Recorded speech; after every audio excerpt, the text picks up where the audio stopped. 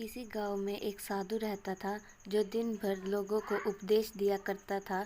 उसी गांव में एक नर्तकी थी जो लोगों के सामने नाचकर उनका मन बहलाया करती थी। एक दिन गांव में बाढ़ आ गई और दोनों एक साथ ही मर गए। मरने के बाद जब ये दोनों यमलोक पहुँचे तो इनके कर्मों और उनके पीछे छिपी भावनाओं के आधार पर उन्हें स्वर्ग या नर्क दिए जाने की बात कही गई। साधु खुद को स्वर्ग मिलने को लेकर पूरा आश्वस्त था।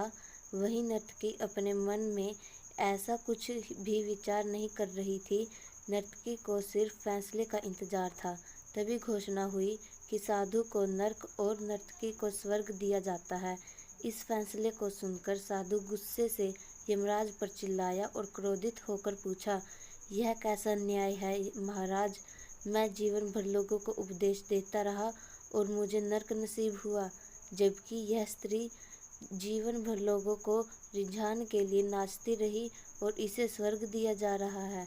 ऐसा क्यों? यमराज ने शांत भाव से उत्तर दिया, यह नर्तकी अपने पेट भरने के लिए नाचती थी, लेकिन इसके मन में यही भावना थी कि मैं अपनी कला को ईश्वर के चरणों में समर्पित कर रही हूँ, जबकि तुम उपदेश देते हुए भी यह सोचते थे कि काश तुम्हें भी नर्तकी को नाच देखने को मिल जाता। हे साधु, लगता है तुम इस ईश्वर के इस महत्वपूर्ण संदेश को भूल गए कि इंसान के कर्म से अधिक कर्म करने के पीछे की भावनाएं मायने रखती है। अतः तुम्हें नर्क और नर्तकी को स्वर्ग दिया जाता है।